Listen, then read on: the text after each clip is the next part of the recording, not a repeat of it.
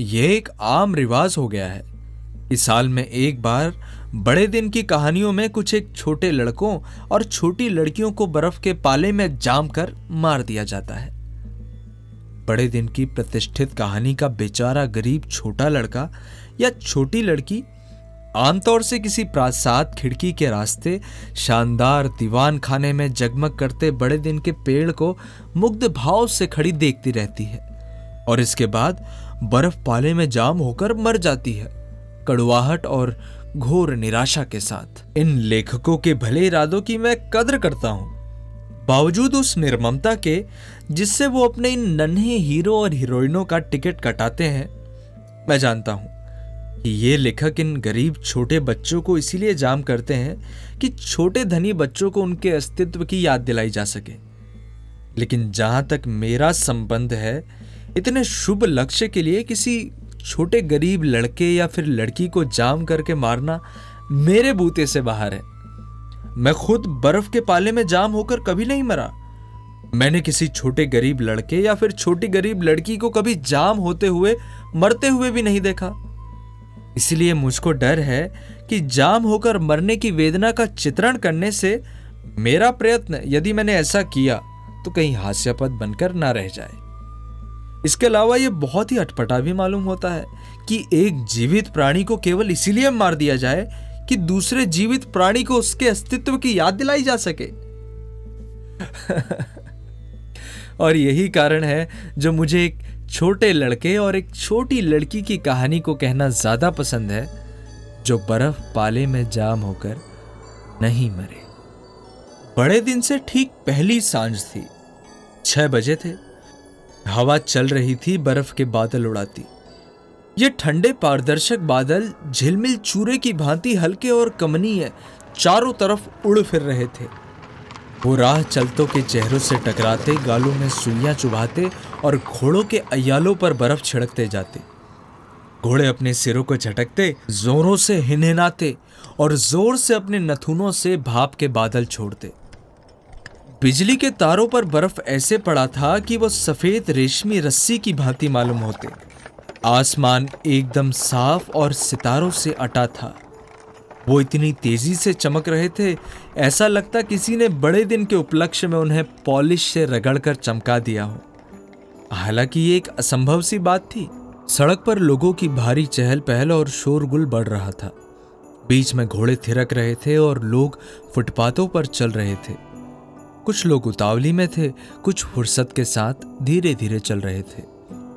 कुछ उतावली में इसके लिए थे कि उनकी चिंताओं और जिम्मेदारियों का उन्हें एहसास था। उनके पास गर्म कोट भी नहीं थे। और फुर्सत में इसीलिए थे कि वे इन जिम्मेदारियों के बोझ से मुक्त थे और उनके पास गर्म यहां तक कि बालदार कोट भी थे।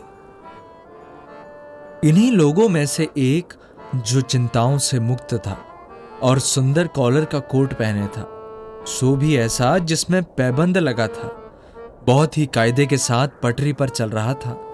उस सज्जन के ठीक पैरों के नीचे चिथड़ों और गूदड़ में लिपटी 2 छोटी छोटी गेंदें लुढ़कती सी दिखाई दी और साथ ही साथ 2 नन्ही आवाजें सुनाई दी। दया के सागर, राजाओं के राजा, एक टुकड़ा रोटी के लिए दान करो। कुछ तो दो मालिक, एक कुपेक रोटी के लिए, त्योहार के दिन के लिए। इस तरह दोनों ने अपनी प्रार्थना संपन्न की। ये बच्चे ही इस कहानी के हीरो और हीरोइन थे, छोटे गरीब बच्चे।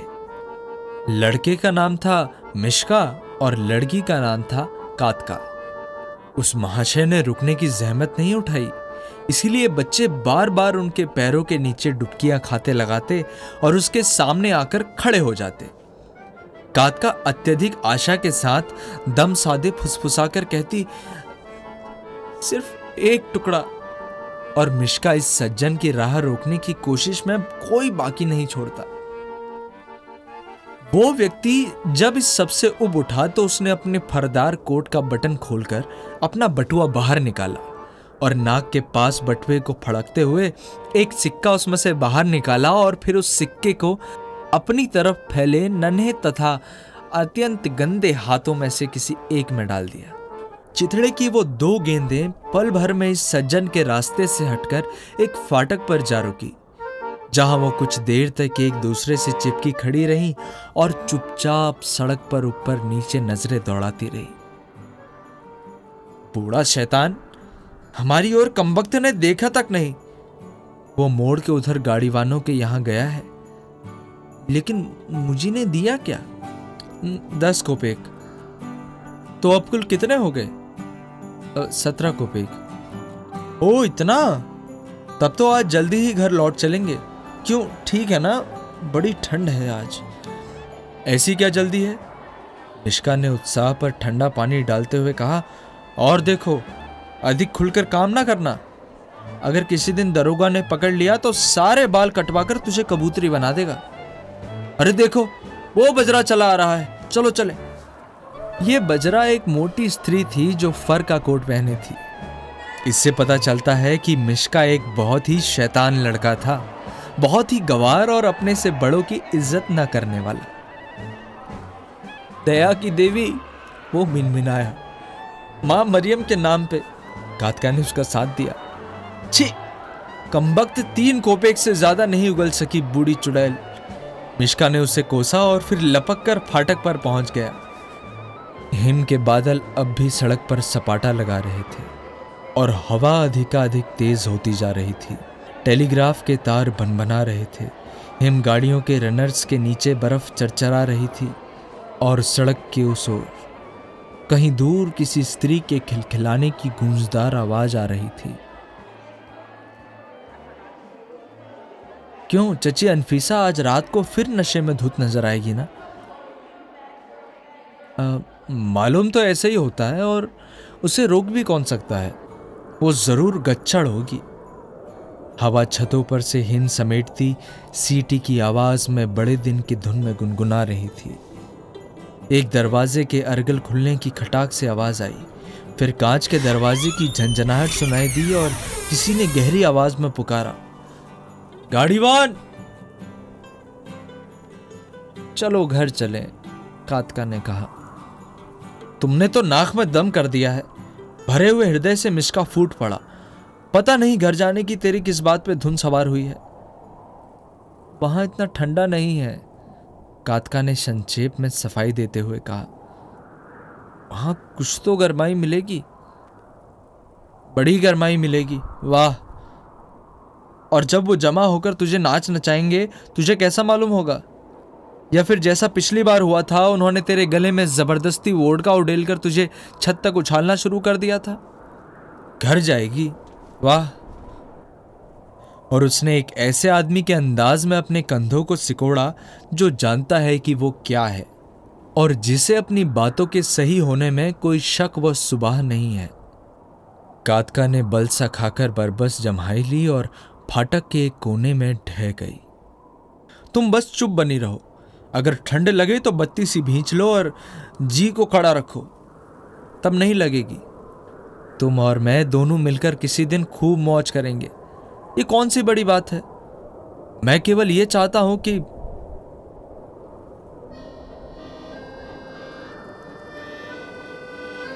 और उसने अपनी बात को अधूरा छोड़ दिया। यह इसीलिए कि उसकी साथिन कौतुक में भर उठे, लेकिन वो कौतुक जरा भी भाव दिखाए बिना कसमसाकर और भी दोहरी हो गई। मिश्का ने कुछ चिंतित होकर उसे चेताया। देखो कातका, सोना नहीं, कहीं पाला ना मार जाए। सुन रही हो ना? डरो नहीं, मुझे पाला वाला कुछ भी नहीं मारेगा। उसके दांत ठंड से किटकिटा रहे थे। अगर मिश्का ना होता तो कातका निश्चय ही पाले में जाम होकर मर जाती। लेकिन उस छोटे तलछटी लड़के का दृढ़ निश्चय था कि बड़े दिन के अवसर पर वो ऐसी भद्दी बात नहीं होने देगा। पसरो नहीं, उठकर बैठो। पसरना तो और भी बुरा है, घुटने टूट थोड़ी गए हैं तुम्हारे। सीधे सतर रहने से आदमी बड़ा दिखता है और ठंड उसे नहीं दबोचती। बड़ों के सामने ठंड की मार नहीं बसाती। मिसाल के लिए घोड़े को देखो, वो कभी पाले में जाम नहीं होते। आदमी घोड़ों से छोटे हैं सो वो हमेशा जाम रहते हैं। बात मानो, उठ के बैठो। पूरा 1 रूबल हो जाए तो समझे कि हाँ, आज का दिन भी कुछ है।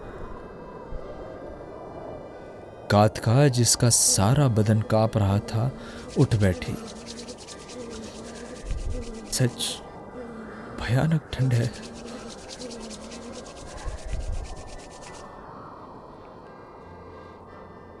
और ठंड वास्तव में अत्यंत भयानक हो चली थी। बर्फ के बादलों ने क्रमशः घने गहरे बगुलों का रूप धारण कर लिया था। कहीं वो खंभों की शक्ल में दिखाई पड़ रहे थे और कहीं लंबी चादरों की शक्ल में, जिनमें हिमकण हीरो की भांति जड़े थे। जब वो सड़क पर लैंपों के ऊपर से मंडराते हुए निकलते या सड़क पर दुकानों के चमचमाते शोकेशों के सामने से गुजरते, बहुत ही खूबसूरत मालूम होते। वे इंद्रधनुषी रंगों में जगमगाते और उनकी तेज ठंडी चमक आंखों में खूबने लगती। लेकिन हमारे छोटे हीरो और हीरोइन की इस सारे सौंदर्य में कोई दिलचस्पी नहीं थी। ओहो, अपने बिल में से थूथनी बाहर निकालते हुए मिश्का ने कहा, यह तो पूरा रेबड़ चला रहा है। उठो कातका, उन्हें पकड़ें। दया के सागर, दया के सागर, तीर की भांति सड़क पर पहुंचती हुई कांपती हुई आवाज में लड़की मिनमिनाई। कुछ तो देते जाओ मालिक। मिश्का ने चिरौरी की और फिर एकाएक चिल्ला उठा, भागो कातका, भागो। भूतने, जरा हाथ तो लगने दो, फिर देखो तुम्हारी क्या गत बनाता हूं। शैतान बच्चे। शतीर की भांति लंबे पुलिसमैन ने, जो अचानक पटरी पर प्रकट हो गया था, बमक कर कहा। लेकिन वो गायब हो चुके थे। 2 चिथड़ा गेंदें तेजी से लुढ़क कर आंखों से ओझल हो गई थी। गायब हो गए शैतान के बच्चे। पुलिसमैन भुनभुनाया और सड़क पर नजर डालते हुए भले स्वभाव से मुस्कुरा उठा। और शैतान के बच्चे पत्ता तोड़ भाग रहे थे और हंस रहे थे। कातका का पांव बार बार उसके चिथड़ों में उलझ जाता था और वो गिर पड़ती थी। हाय राम, फिर गिर पड़ी। अपने पांव पर फिर खड़ी होने के लिए जूझते हुए वो कहती, पीछे की ओर मुड़कर भय से देखती और उसके चेहरे पर बरबस हंसी खेलने लगती। कहां गया वो मर्दूद? मिश्का हंसी से दोहरा हुआ राह चलते उससे टकराता और इस अपराध के बदले काफी बार उसे करारी झड़कियां खानी पड़ती। अरे बस बस, बहुत लुढ़कियां खा चुकी हो, तुझे शैतान उठा ले जाए। जरा शक्ल को तो देखो, क्या बन गई है।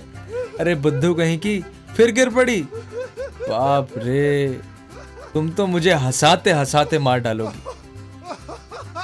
कातका की लुढ़कियों ने उसमें भारी उत्साह का संचार कर दिया था। वो अब हमें नहीं पकड़ सकता, ज्यादा भागने की जरूरत नहीं। वो इतना बुरा नहीं। वो दूसरा वाला जिसने सीटी बजाई थी, एक बार मैं भाग रहा था कि एकदम अचानक खटाक से सीधे संतरी के पेट में जा धंसा मेरा सिर। जोरों से उसके डंडे से भी टकरा गया। मुझे याद है कितना गुमटा पड़ गया था, कातका ने कहा और एक बार फिर हंसते हंसते दोहरी हो गई। हाँ, बस करो अब, बहुत हंस ली। और मैं जो कहता हूं वो सुनो। दोनों गंभीर और चिंतित मुद्रा बनाए साथ साथ चलने लगे। मैंने तुमसे वहां झूठ बोला था। 10 नहीं, उस खूसट ने मेरे हाथ में 20 कोपेक ठूंसे थे। और उससे पहले भी मैंने तुमसे झूठ बोला था, इस डर से कि कहीं तुम मुझे फिर घर चलने की रट न लगाने लगो। देखो ना, आज का दिन बहुत अच्छा रहा। जानती हो कितना मिला? 1 रूबल और 5 कोपेक, है ना बहुत? और नहीं तो क्या। कातका ने सांस छोड़ी। चाहो तो इससे जूते खरीद सकते हो कबाड़ी बाजार में। अब जूते? वो तो मैं यूं ही उड़ाकर तुम्हें दे सकता हूं। जरा ठहर जाओ, कितने ही दिनों से जूतों की एक जोड़ी पर मेरी नजर है। मौका लगने की देर है, साफ उड़ा लाऊंगा। लेकिन बात सुनो। अच्छा चलो, अब जरा कहवा खाने में चले। क्यों? ठीक है ना? चची को फिर पता चल जाएगा और वो हमारी मरम्मत करेगी, जैसा कि तब हुआ था। कातका ने आशंका से कहा, लेकिन कहवा खाने में जाने की गरमाने का मोह इतना प्रबल था कि उसे छिपाना मुश्किल था। हमारी मरम्मत करेगी? अरे नहीं, इसकी नौबत ही नहीं आएगी। हम और तुम दोनों एक ऐसे कहवा खाने में चलेंगे जहां एक पंछी भी ये ना पहचान सके कि हम कौन हैं। क्या सचमुच? अच्छा सुनो, हम क्या करेंगे। सबसे पहले सबसे बड़ी बात तो यह है कि हम आधा पाउंड सॉसेज लेंगे, आधे कोपेक के, फिर आधा पाउंड सफेद रोटी के, फिर 5 कोपेक की। 13 कोपेक तो ये हुए। इसके बाद 3-3 कोपेक की 2 मीठी रोटियां लेंगे, ये 6 कोपेक हो गए। इसी तरह 19 कोपेक हो गए। फिर 1 केतली चाय, फिर 6 कोपेक की, फिर पूरे 25 कोपेक। अरे जरा सोचो तो हमारे पास बाकी बचे।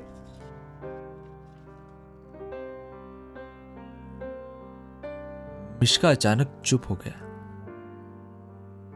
कातका ने उसे भारी और शंका की नजर से देखा। इतना खर्च कर डालोगे? अरे बोलो नहीं, चुपचाप सुनो। ये ज्यादा नहीं है। इसके अलावा 8 कोपेक की चीज हम और खाएंगे, कुल 33 कोपेक। और जब ये सब करना ही है तो फिर कहना सुनना क्या। अरे बड़े दिन का त्योहार है, क्यों, है ना? सो हमारे पास बाकी बचेगा।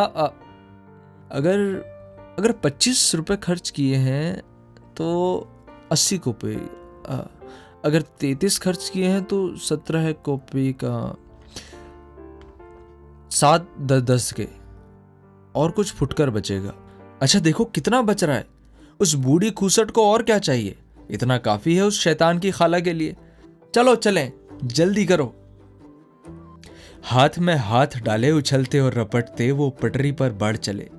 हिमकण उड़ते हुए उनकी आंखों से टकराते और उन्हें कुछ दिखाई नहीं देता। जब तब बर्फ का बादल ऊपर से झपटता और उन दोनों के छोटे आकारों को पारदर्शक चादर में लपेट लेता, जिसे वो भोजन और गरमाई की आशा में उमगे तुरंत तार तार कर डालते।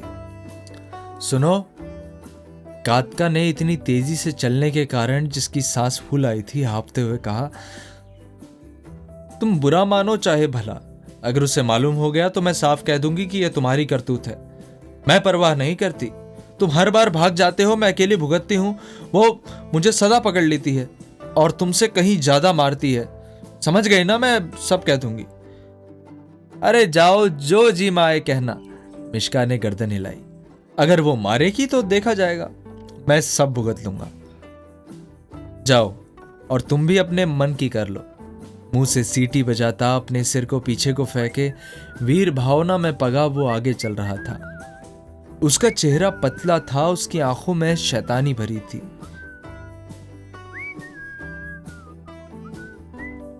उसका चेहरा पतला था, उसकी आंखों में शैतानी भरी थी और उनमें आमतौर से एक ऐसा भाव छलकता था जो इस छोटी सी आयु से जरा भी मेल नहीं खाता। उसकी नाक नुकीली और कुछ मुड़ी हुई थी। ये लो, कहवा खाना आ गया। 1 नहीं 2, बोलो किस में चला जाए? छोटे वाले में, लेकिन आओ पहले किराने की दुकान पर चले। खाने की सारी चीजें खरीदने के बाद उन्होंने छोटे कहवा खाने में प्रवेश किया। कहवा खाना धुएं, भाप और तेज खट्टी गंध से भरा था। आवारा भिकमंगे गाड़ीवान और सैनिक अंधेरे में लिपटे बैठे थे और अत्यंत गंदे वेटर मेजों के बीच मंडरा रहे थे। चीख चिल्लाहट, गाने और गालियां, उनका बाजार गर्म था। कोने में एक खाली मेज पड़ी थी। मिश्का ने उसे भापा और सपक सुई की भांति वहां पहुंच गया। उसने अपना कोट उतार कर रख दिया और उसके बाद काउंटर के पास जा पहुंचा। कातका भी लजीली नजरों से इधर उधर देखते हुए अपना कोट उतारने लगी। क्यों मिस्टर, चाय मिलेगी? काउंटर को अपनी मुट्ठियों से धीरे धीरे बजाते हुए मिश्का ने वहां बैठे आदमी से पूछा, चाय मिलेगी? क्यों नहीं, थोड़ा कष्ट करो। उधर जाकर कुछ गर्म पानी ले लो और देखो कोई चीज टूटे फूटे नहीं। अगर तोड़ फोड़ की तो ऐसा सबक सिखाऊंगा कि याद रखोगे। लेकिन मिश्का पानी के लिए लपक चुका था। 2 मिनट बाद वो अपनी साथिन के साथ बैठा कागज के तंबाकू लपेटकर भरे पूरे अंदाज में अपने लिए एक ताजा सिगरेट बना रहा था। उस गाड़ीवान की भांति जो दिन में अच्छी मजदूरी कर चुका हो। कातका मुग्ध भाव से उसे देख रही थी। उसके हृदय में इस बात का रौब छाया था कि लोगों के बीच वो कितना बढ़िया और सहज ढंग का व्यवहार करता है। कहवा खाने के इस कान फोड़ हो हल्ले के बीच वो 7 जन्म भी अपने आप को संभाले नहीं रख सकती। और कुछ भी नहीं तो ये डर उसके सिर पर सवार रहता कि कोई क्षण जा रहा है जब उन्हें कान पकड़कर यहां से बाहर निकाल दिया जाएगा। लेकिन चाहे दुनिया इधर से उधर हो जाए, मिश्का के सामने वो अपने इन भावों और आकांक्षाओं को प्रकट नहीं होने दे सकती। सो वो अपने सन के रंगों के बालों को थपथपाने और सीधे सादे तथा अकृत्रिम अंदाज में अपने को इधर उधर दिखाने लगी। ऐसा करने के प्रयास में उसके मैले गालों में रंग की बाढ़ उतर आई और वो अपने अचकचाहट छिपाने के लिए अपनी नीली आंखों को सिकोड़ लिया। इस बीच मिश्का अहाते के चौकीदार सिग्नेई के लहजे में शब्दों में उसने पाठ पढ़ा। ये चौकीदार उस समय भी जबकि वो नशे में धुत होता था, मिश्का को बड़ा ही प्रभावशाली आदमी मालूम होता और अभी अभी चोरी के अपराध में 3 महीने की जेल काट के आया था। सो उसके लहजे और शब्दों की बात करता और मिश्का कातका से कह रहा था, हाँ तो मिसाल के लिए समझ लो तुम भीख मांगने निकली हो। अब भीख कैसे मांगी जाती है? केवल ये चिचियाते रहना कि दया करो बिल्कुल बेकार है। ये कोई तरीका नहीं है।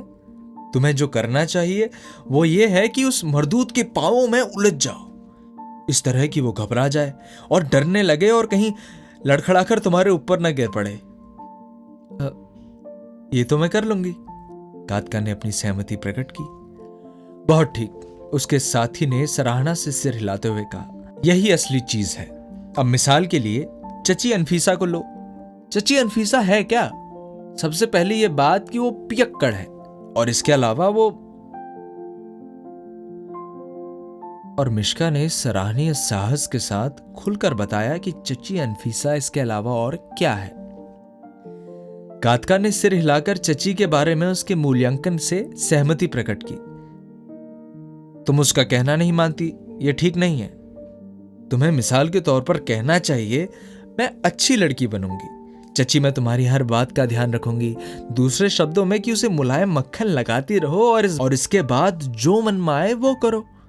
यही सही तरीका है।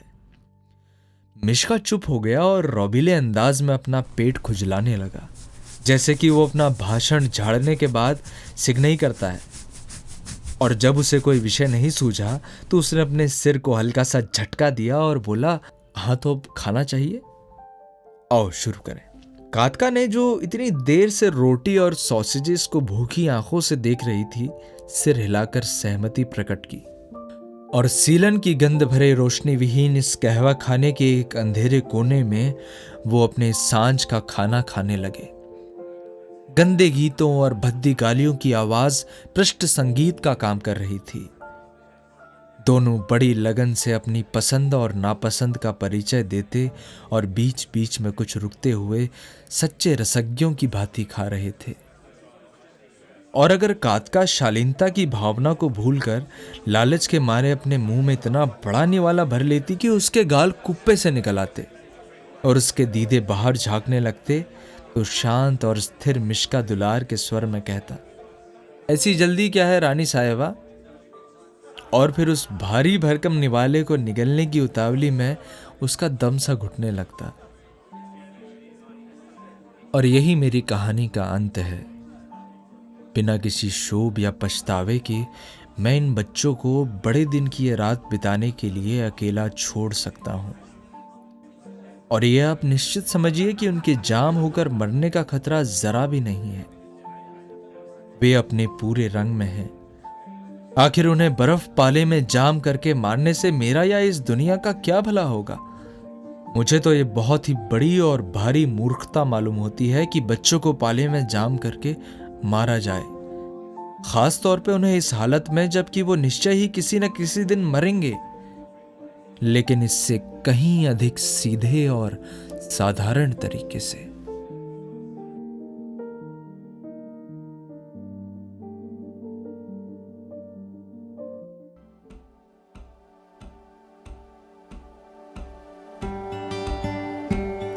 कैसी लगी ये कहानी आपको? आप हमें कमेंट में जरूर बताएं। अगर आपको ये कहानी पसंद आई हो तो इस वीडियो को जरूर शेयर करें। सहयोगी इसी तरह आपके लिए नई नई कहानियां लाता रहेगा।